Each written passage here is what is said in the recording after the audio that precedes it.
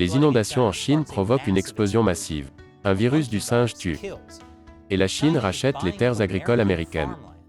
Cela est plus encore à la une des actualités chinoises de cette semaine.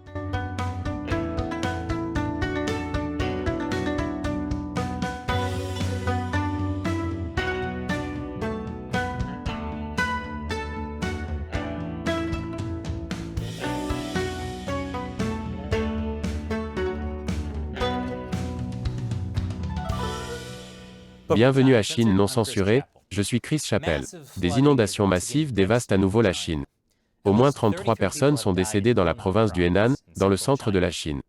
Les médias d'État chinois ont déclaré qu'il s'agissait des pluies les plus abondantes depuis 1000 ans. Le Henan a connu près d'1 an de précipitations en 3 jours. Quelle est la gravité des inondations? Assez sévère. Les voitures étaient emportées comme des feuilles. Je serais un peu plus paniqué si j'étais ce type. Et vous vous souvenez peut-être du problème que rencontre la Chine avec les gouffres, dans un épisode récent. Malheureusement, les inondations n'ont pas aidé. De plus, les eaux de crue peuvent apparemment faire exploser les usines. C'est ce qui reste d'une usine d'alliage d'aluminium. C'était une véritable explosion. Et cela se voyait de très loin. Mais ce n'est même pas aussi effrayant que ce qui est arrivé à une ligne de métro, dans la ville de Zhengzhou, la capitale du Henan. Après que l'eau a brisé un mur de soutènement près d'une station de métro, l'eau a commencé à se déverser dans les tunnels. Les gens ont été piégés dans des wagons de métro inondés. Et je serais certainement un peu plus paniqué si j'étais eux. Ces personnes ont été évacuées de wagons de métro noyés. Selon les chiffres officiels, environ 500 personnes ont été évacuées, tandis que dramatiquement, au moins 12 personnes sont mortes alors qu'elles étaient piégées dans le métro en crue. La soudaineté de l'inondation a pris les gens par surprise. Heureusement, les gens ont pu mettre cette femme en sécurité. Mais au lendemain des inondations, des centaines de personnes sont toujours portées disparues, à en juger par les publications sur les réseaux sociaux chinois. Et le nombre de morts risque de s'alourdir. Bien que nous ne sachions probablement jamais le véritable nombre de morts, puisque les autorités chinoises suppriment cette information. Et maintenant, les habitants demandent pourquoi les autorités n'étaient pas mieux préparées aux inondations. Les résidents remettent en question les prévisions météorologiques inexactes et un système d'alerte aux catastrophes déroutant. Et même pourquoi les autorités n'ont pas fermé le métro après le début des inondations. Certains se demandent même si la décision des autorités d'ouvrir des réservoirs pour libérer les eaux de crue a également contribué aux inondations massives. Si c'est le cas, je m'attends à ce que les autorités chinoises suppriment également cette information. Plus de nouvelles de la Chine après la pause. Bienvenue. C'est la sortie du livre que nous attendions tous, la compilation des discours de Xi Jinping sur la gouvernance complète et stricte du parti.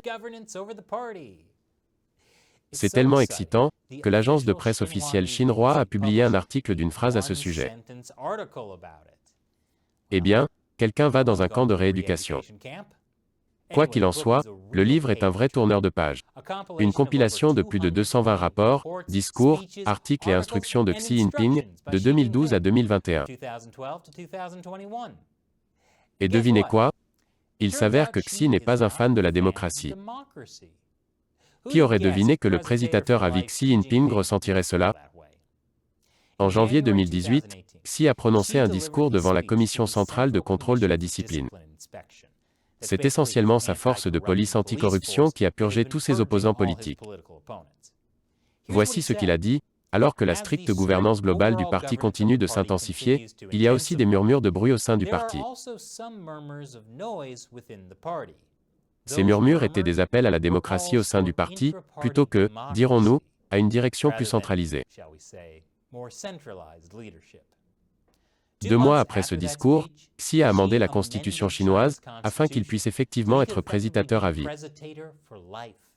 Maintenant, il est important de se souvenir des luttes intestines au sein du Parti communiste chinois.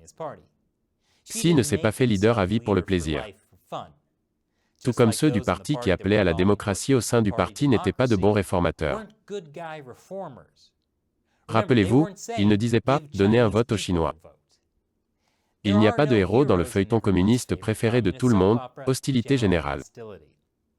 Comme vous le savez si vous avez regardé, Xi Jinping est enfermé dans une lutte de pouvoir de vie ou de mort, contre une faction liée à l'ancien dirigeant chinois et rejetant Battletoad Jiang Zemin. La démocratie à l'intérieur du parti aurait enlevé le pouvoir à Xi et l'aurait remis entre les mains de la faction de Jiang. Et rappelez-vous, dans une lutte de pouvoir communiste, personne ne gagne. L'élément clé à retenir, peu importe ce que vous pourriez entendre, est que le Parti communiste chinois ne se réformera pas. Lorsque des politiciens ou des entreprises américaines parlent de travailler avec le Parti communiste, ce sont des idiots. Le parti ne construit pas tous ces nouveaux silos à missiles pour notre santé. En parlant de notre santé, un an après avoir déclaré une pandémie, l'Organisation mondiale de la santé appelle enfin à des audits des laboratoires de Wuhan. Je veux dire, combien de preuves le Parti communiste chinois pourrait-il détruire en seulement un an? Mais je ne veux pas trop critiquer l'OMS. Je suis sûr qu'ils ont tiré de nombreuses leçons de la pandémie de coronavirus. Juste à temps pour que la Chine signale son premier décès humain dû au rare virus Monkey Bee. L'homme de 53 ans était vétérinaire. Il disséquait 2 singes morts et est tombé malade. Il est rare que les humains contractent le virus Monkey Bee, une forme d'herpès qui provoque un gonflement du cerveau chez les humains. Étant donné que la plupart des gens ne risquent pas d'entrer en contact avec des fluides de singe, c'est assez rare chez les humains. Cependant, alors que le virus Monkey Bee est mortel, il n'est pas aussi grave que le virus Monkey C, qui provoque des changements de comportement radicaux. Après tout, ce que voit le singe le fait. Plus de mauvaises nouvelles pour Apple Daily de Hong Kong. Ce qui est surprenant puisque le gouvernement de Hong Kong a déjà mis la société en faillite. À quel point cela pourrait-il être pire? Eh bien, la police de la sécurité nationale de Hong Kong a arrêté 3 autres hauts responsables du journal, dont l'ancien rédacteur en chef. Ce n'est pas tout à fait clair de quoi ils sont accusés, mais je pense qu'il est assez clair que les autorités de Hong Kong n'ont pas besoin de beaucoup de raisons pour arrêter qui que ce soit de nos jours. Parlant de la prise de contrôle communiste continue de Hong Kong, le personnel du radiodiffuseur public de Hong Kong n'est plus autorisé à appeler Taïwan un pays, ou à désigner son chef comme président. Ainsi, la présidente démocratiquement élue de Taïwan, Tsai Ing-wen, doit être appelée « la plus haute dirigeante de Taïwan », tandis que Xi Jinping, qui n'a été élu par personne, doit être appelé « président ». C'est tout à fait logique. La Chine souffre d'une crise démographique massive.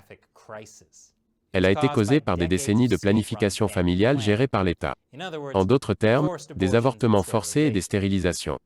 Eh bien, pour la première fois depuis des décennies, le PCC a levé les amendes liées à la naissance des bébés, pour les personnes qui ont plus d'enfants que ce qui est autorisé.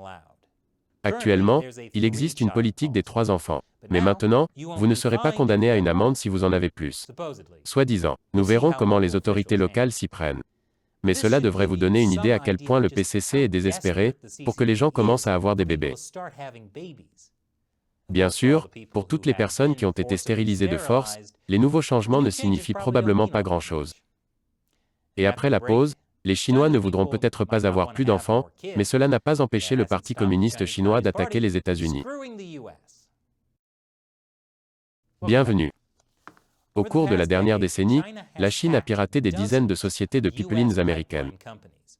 Et il ne s'agissait pas de voler de la technologie. Oh non, bien pire.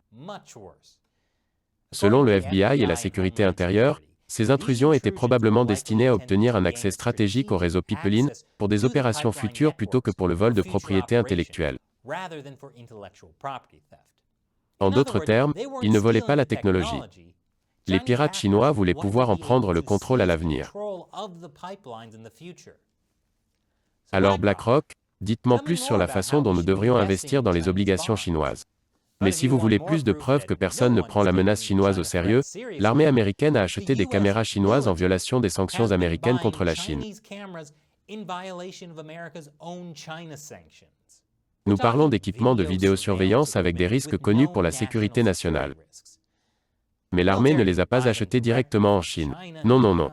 Ils les ont achetés à des revendeurs américains, qui ont totalement déclaré qu'ils n'avaient pas violé les sanctions américaines. Cela me donne beaucoup de confiance dans le renseignement militaire américain. Autre bonne nouvelle, devinez qui rachète les fermes américaines?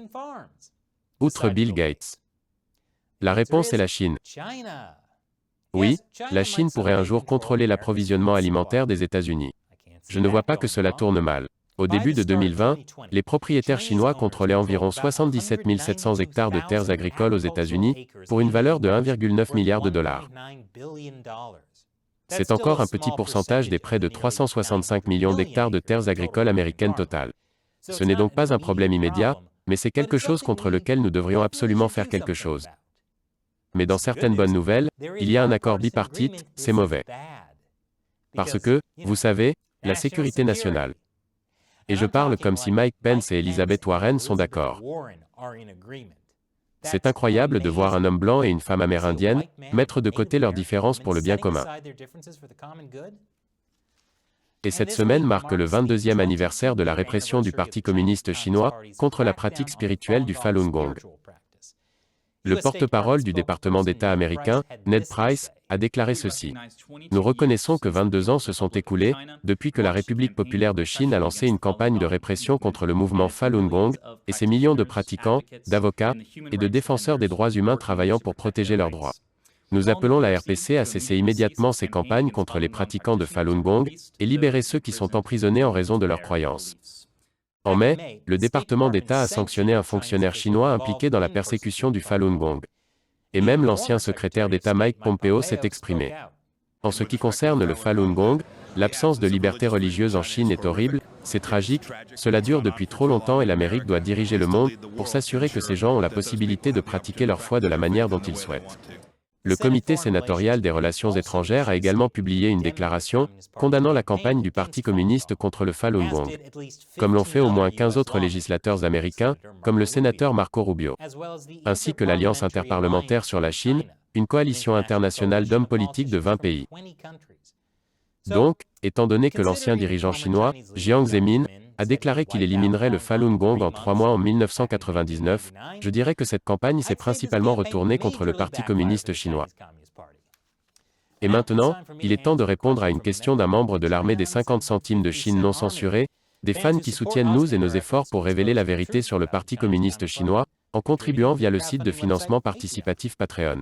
Ringleader demande, sachant que l'APL et ses chefs militaires n'ont aucune expérience réelle du combat, de la guerre, et qu'ils sont extrêmement corrompus, quelles sont les chances que le PCC puisse vraiment réussir une véritable invasion contre la nation indépendante de Taïwan?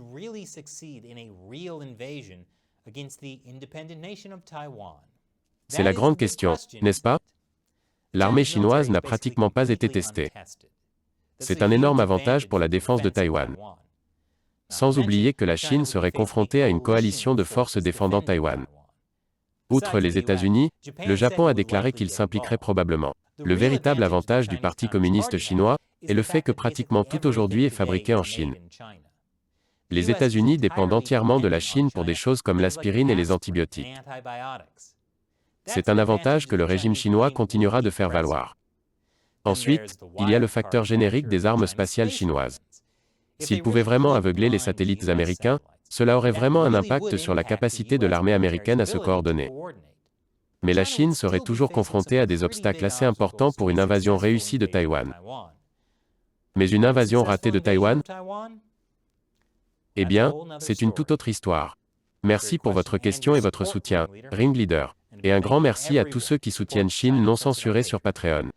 Nous ne pourrions pas faire cette émission sans vous. Alors merci de vous joindre à nous dans la lutte pour exposer le Parti communiste chinois au monde.